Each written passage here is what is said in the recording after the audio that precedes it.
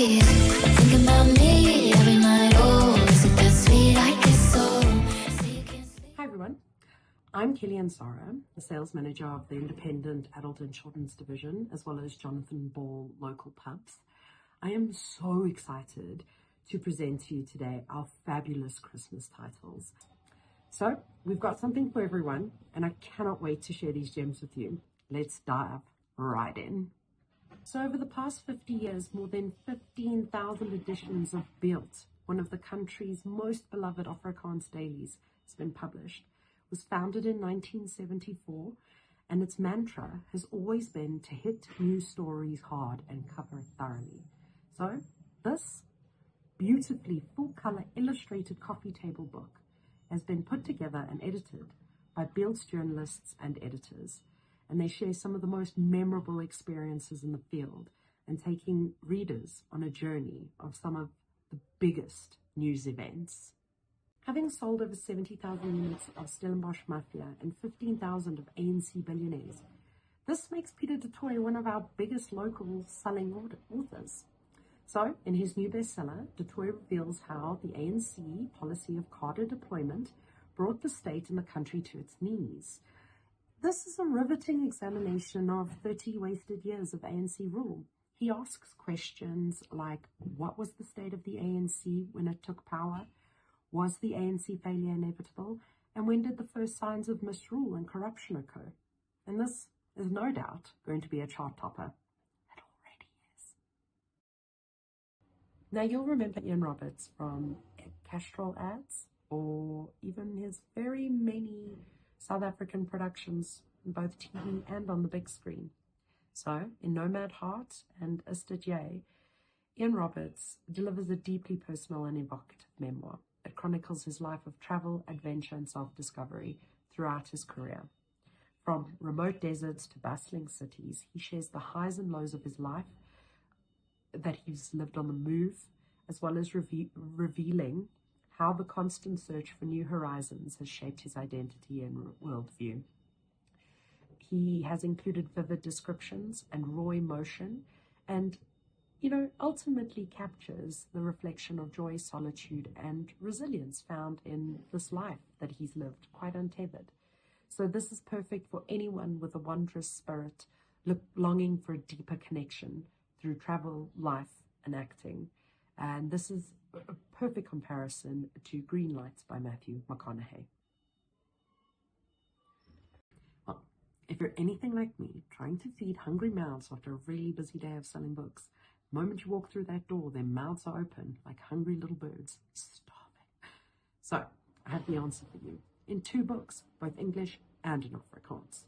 So whether you're a novice cook, a seasoned pro, this book is filled with fun, flavor, and fabulousness. It is put together by celebrity chef Herman Lensing and is about to show you why the air fryer is the most versatile gadget in the kitchen and how to make it your new best friend. He has selected his top 100 air fryer recipes, from breakfasts, side dishes, succulent mains, bougie baking, delectable desserts, and with his creative flair and culinary genius, shines through in every dish. Definitely gonna love this one. So you might not know Mpumi Ledwaba just outright, but for those of you who do know her, she is a businesswoman, wife, mother, speaker, podcaster, YouTuber, content producer, founder of the popular podcast Wisdom and Wellness, and has been featured on the Forbes 30 Under 30 in 2023. And at an age where most of us were figuring out how to save for petrol at Garage Pie, Mpumi made her first million at the age of 27. It's incredibly impressive. So she gave up on her accounting degree. She decided that was not the life or career that she wanted, and she opted for a beauty degree. And when she had finished and there were no job offers coming in, she decided, well, she would start her own company. And her goal was based on the simple concept of excellence, offering a woman a service that is not only attainable, but an experience. So it is with this exact ethos that has made Mpumi Ledwaba the biggest wellness influencer in South Africa. And in this memoir, How Did We Get Here?, Mpumi writes openly about the hurt she's experienced, the mistakes she's made, and some of the hard truths that she's had to learn about life, and ultimately how her faith has been her right-hand man. And in this book is mainly for younger millennials, Gen Zers, and absolute fans of Mpumi Ledwaba. And they are looking for something bigger than they are. So the Springboks made history in France in 2023 when they became the only team to win a back-to-back Rugby World Cup. Or cups, sorry. But publishing near the anniversary of this milestone, Twice the Glory investigates how this remarkable victory was achieved. It looks at the relationship between Jacques Nienaber and Rassie Erasmus. It looks at the COVID disruption with training. It looks at the Sia Khaleesi story, Rassie in hot water over that video, injury blows and rising new talent, and how they head off to France to do battle once again. Now, aside from the fact that they are brothers, Peter and Ivan seem to have very little in common. Peter is a Dublin lawyer in his 30s. He's successful, competent, and apparently unassailable. Whereas Ivan is 22 and he is a competitive chess player. And he somehow has always been quite socially awkward. Now, in the early weeks of their father's death, Peter is medicating himself to sleep and trying, but ultimately failing, to manage relationships between two very different women. And Ivan, on the other hand, meets Margaret, an older woman who's emerging from a very turbulent past. And for these two grieving brothers and the people they love, this book is a new interlude, a period of desire, despair, and possibility, a chance to find out how much one life might hold in itself without breaking. And Intermezzo is said to be Rooney's most hopeful novel yet. In The Corporation of the 21st Century, John Kay delves into the evolving role of corporations in today's fast-changing world. He explores how businesses must adapt to global shifts in technology, regulations, social expectations, as well as maintaining strong purpose and responsibility. And through insightful analysis and case studies, Kay offers this fresh perspective on what it takes to succeed in the modern business landscape. He makes it essential reading for leaders, entrepreneurs, and anyone interested in the future of corporate governance. It is relevant and will appeal to forward-thinking readers in business and in leadership. In The Golden Road, William Dalrymple takes readers on a sweeping journey through the history and landscapes of India. He blends vibrant travel writing, meticulous research, and explores empires, cultures, and religions that have ultimately shaped and, defined the subcontinent.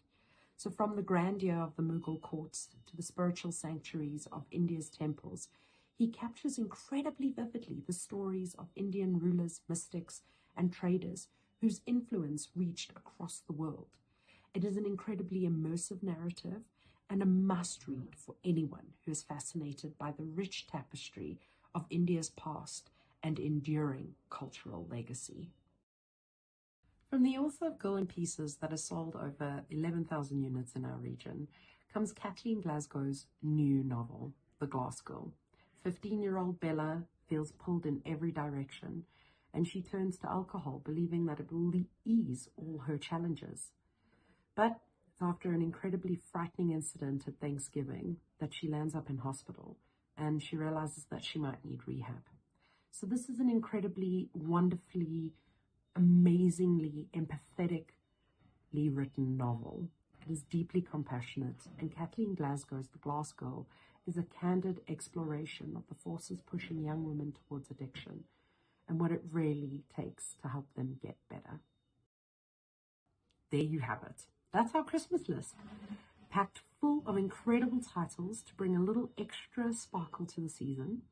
And thank you so much for joining me today. And more importantly, thank you for all the hard work you do on the shop floor. You guys are the ones that make the magic happen. And without your passion and knowledge, these books wouldn't find their way into perfect hands. And between you and me, who needs Santa when we've got booksellers, right? So, have a wonderful book-filled festive season. And here's to an amazing Christmas for everyone in bookshops.